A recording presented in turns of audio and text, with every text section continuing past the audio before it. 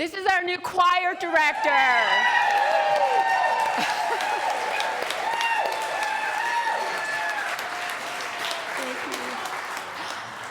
We are so excited to have Brian on staff.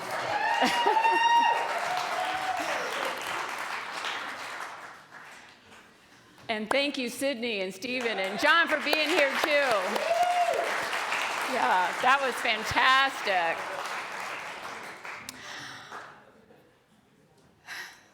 Once upon a time, there were two brothers that had adjoining farms. And they were super close, and for 40 years, they worked together really well. They shared equipment, they shared farming techniques, they shared everything, until they had a terrible fight after 40 years. It was the first serious rift they ever had. And just from some little misunderstanding, they stopped talking to each other. So one day, there was a knock on John's door, the older brother. And he opens the door, and there's a carpenter there with an old toolbox.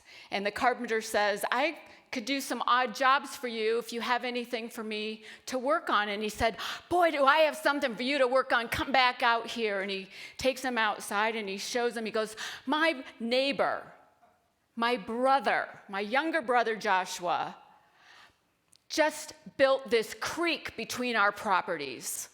Used to be just land, and now there's this creek. He dug it out. I want you to build a wall 8 feet tall so I don't see him. I don't have to see his property or him. The carpenter said, I'll do something to make you very happy. And so John went away. The carpenter got to work. He comes home at the end of the day. The carpenter's just finishing up, and he sees this beautiful bridge over the creek. Got handrails, it's gorgeous. It's like, wait, this isn't what I asked for. But while he's looking at this bridge, his younger brother Joshua walks across the bridge and hugs him and says, thank you, John. Thank you for building this bridge between us. I was so angry, I may never have done this, but you took the steps to create a bridge between us. And so the carpenter said, so long, and they, wait, we got lots more jobs for you. He goes, no, I have a lot of bridges to build. We are bridge builders. Each of us has a bridge builder inside of us. We can connect. There's a part of us that knows that there's more love to be given, there's more peaceful way to be, there's more kindness to be had in this world. If we're willing to take the steps, if we're willing to take action, if we're willing to connect with people, it begins in our own thoughts. It begins within us. As Ryan spoke about, it begins that greatest love. It has to come from within us first. And then we connect outwardly and share love with people. Just this morning, I read that there was on Morning Brew, a new dating app called Volar. It lets you train a chat bot, to go on a virtual date with someone else's, a potential partner's chat bot, so that you avoid connecting with each other in that, that really weird first date kind of thing. Really? This is not what we're talking about here. We're talking about actually connecting with people in person, inviting close encounters. And so every year on January 20th, it's called a Season for Nonviolence. And what it is 64 days of bringing awareness to how we can be kinder, how we can be gentler, how we can make change in our world in nonviolent ways. It begins on January 30th, which is the anniversary of the assassination of Gandhi. And it ends on April 4th, which is the anniversary of the assassination of Martin Luther King Jr. It's a grassroots awareness campaign founded by Arun Gandhi, who was Mahatma Gandhi's grandson, and Association for Global New Thought. And so there's lots of things that we can do, lots of ways that we can connect. It's a philosophy of attaining peace through nonviolent action, demonstrations, whatever we can do. And the 5 pillars of nonviolence are respect, understanding, acceptance, appreciation, and compassion. Nothing too difficult, right? Gandhi says, nonviolence is based on the assumption that human nature unfailingly responds to the advances of love.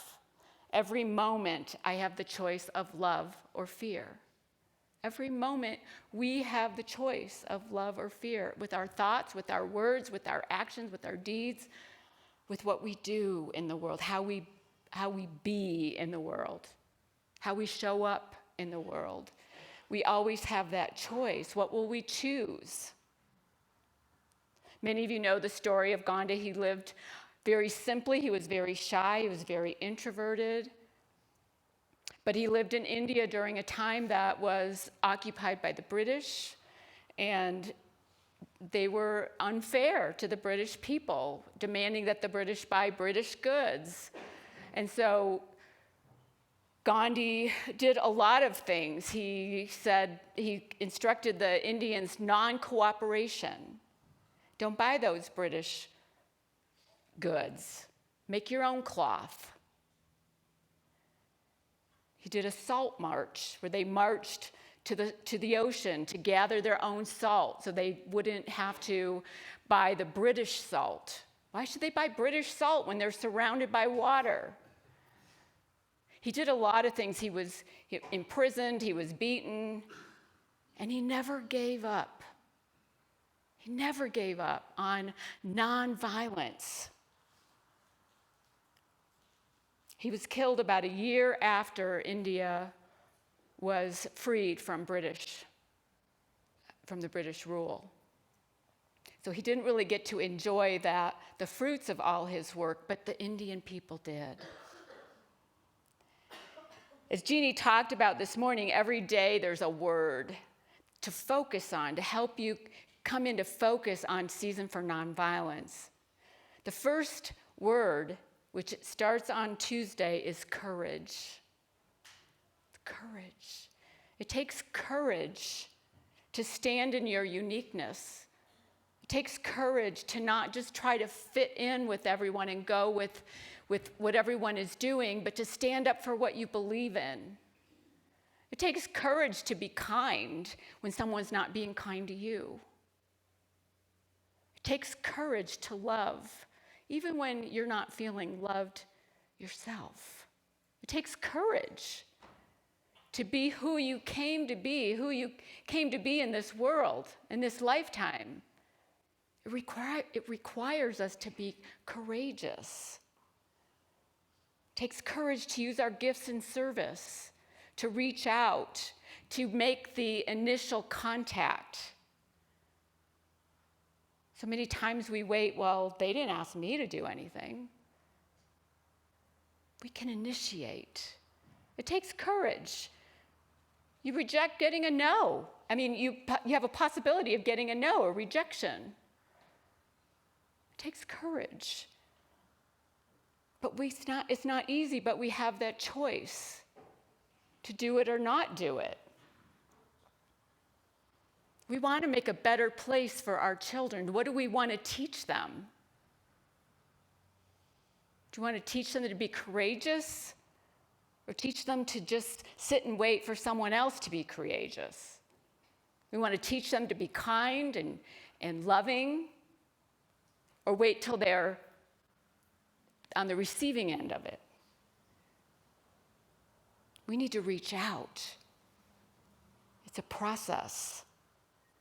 And a Season for Nonviolence encourages us to find ways with our thoughts and our words and our actions to put this into place, to plant seeds of love and hope. So this Season for Nonviolence brings awareness to that. Every word, every day. What can we do? What can we focus on today? So we stop seeing people as others and see our connection. See how much alike we are instead of how different we are. Take that first step. Overall, violence has been decreasing globally, which is a good thing, but hate crimes hit record levels in 2023. Anti-Jewish and anti-Muslim crimes, especially since October 7th. If you were here Friday, Rabbi Jamie talked about that a little bit. We had an amazing event here on Friday night, a Shabbat service with Rabbi Jamie Arnold. How many of you were here? Yeah, so you know, it was very connecting. We were building bridges with Judaism, building bridges with people that have a different belief than we have. But it all starts within our own consciousness, loving ourselves so much that it just overflows, that we share it, that we build those bridges. We don't agree with everyone. We don't even tolerate everyone. We sometimes prefer to build walls than bridges because of our fear, because of our distrust, because of our hatred, because we don't like what someone is saying or someone is doing or the way someone believes. But we always have an opportunity to not have that wall and build that bridge. We need to remember that God is our source. Spirit is our source, and Spirit is unlimited, unconditional love. Thich Nhat Hanh says, the essence of nonviolence is love and the willingness to act selflessly. Strategies, tactics, and techniques for a nonviolent struggle arise naturally. Nonviolence is not a dogma, it takes practice. It takes practice, it takes baby steps. Whatever you can do to make the world a better place, whatever you can do. It takes action. It's Unity's fifth principle. We have to walk our talk. A few weeks ago, right before the coldest month on record in Denver, I started noticing people on most street corners near my house holding up signs asking for money. And I didn't know what was going on, but the sign said that I'm from Venezuela and I need help. And it was cold. And so I asked one of my neighbors if she knew what was going on, and she said, yeah, they've been busing people from Texas up to Denver and dropping them off at Spear and Zuni, which is about a mile from my house. Busloads of people.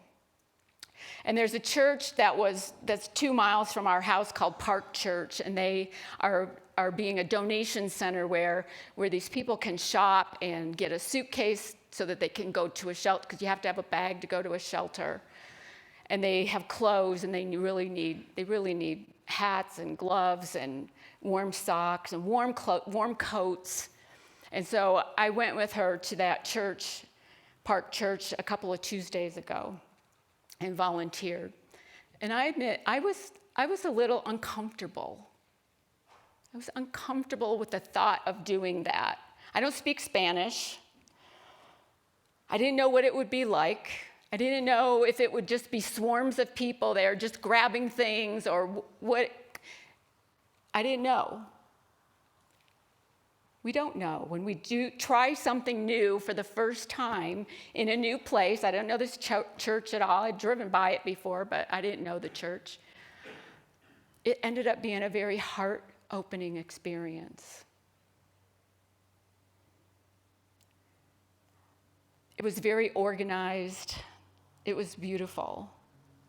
They had people in a sanctuary ready to go shop. They all had their turns. They were very respectful. They were very friendly. There was this little girl running around. She must have been 2.5 or 3, and I kept putting a hat on. I couldn't talk to her because she was speaking Spanish, but I kept putting different hats on her, knit hats. She kept wanting to go back to this one that had eyes and ears, and it was so cute, so cute.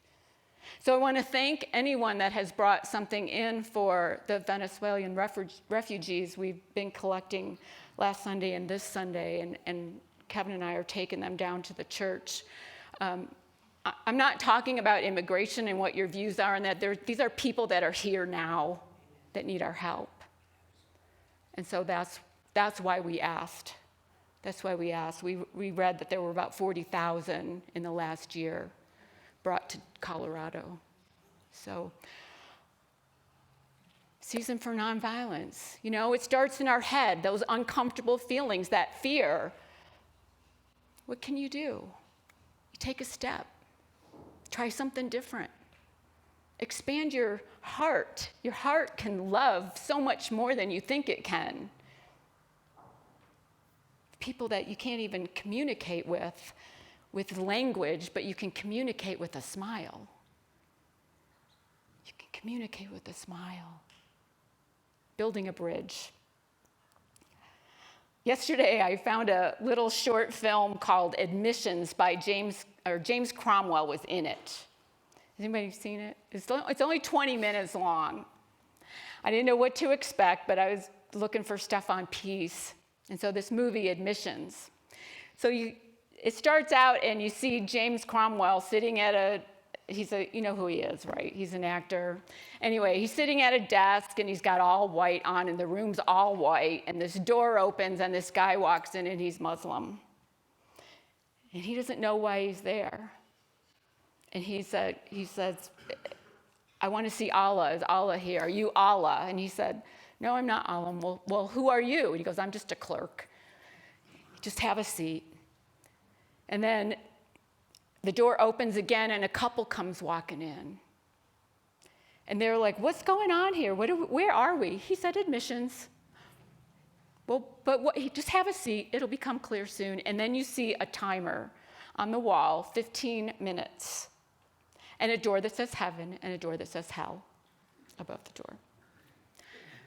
And the people like, what's going on? What is this place? And he said, well, it'll become clear soon, but you're in admissions. Well, where are we going? Well, he said, it'll decide. And the couple are Jewish. They're like, can you tell us what happened? Can you tell us why we're here? We don't even remember dying. And he said, well, yes, you were sitting in a restaurant in Tel Aviv, and there was a bomb. And you lost your lives. And the guy's really angry. The husband is really angry. And he says, but how could that be? We're just having lunch. How could that be? We have children. This isn't right. Now our kids are orphans. And James Cromwell says, well, there was a suicide bomber. Well, how many people died in the explosion? 3. Just 3. Well, who was the suicide bomber? You, and they point to the Muslim guy. And he says, yeah. And so the interaction between the couple and him is what's important and how they work through this. And I don't want to tell you the ending because there's a surprise ending, but it's about getting to a place of forgiveness.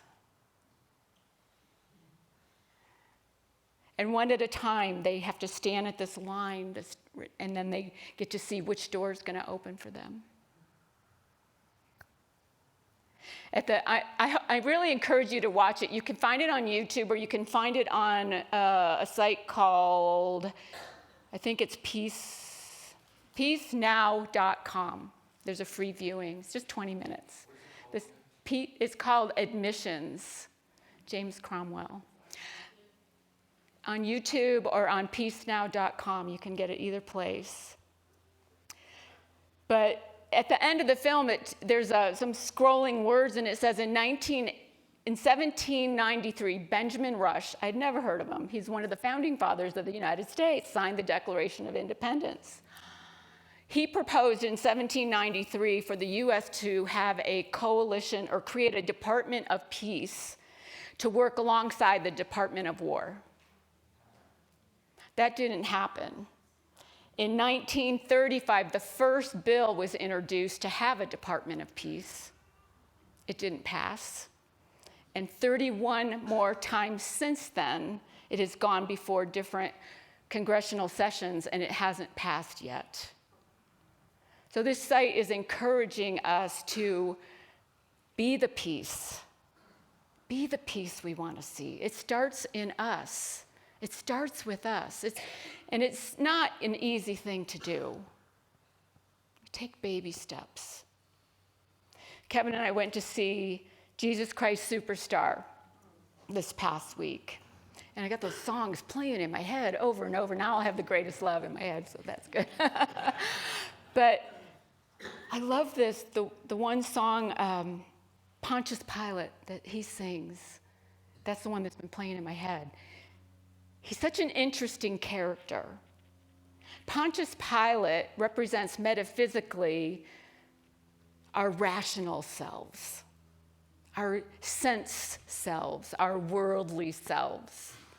Not the part of us that will follow our divine guidance, but the part that follows what the world says. And you see this played out in the show, that Pontius Pilate wants to free Jesus. He wants to. He doesn't believe that he's committed any crime, but he succumbs to the pressure. He just succumbs to what happens if I free him? And I'm going against these high priests and scribes, and I'm going against the general population that doesn't want me to free him. And he succumbs to his rational mind. That we have that part inside of us, every one of us, when we have to make a decision.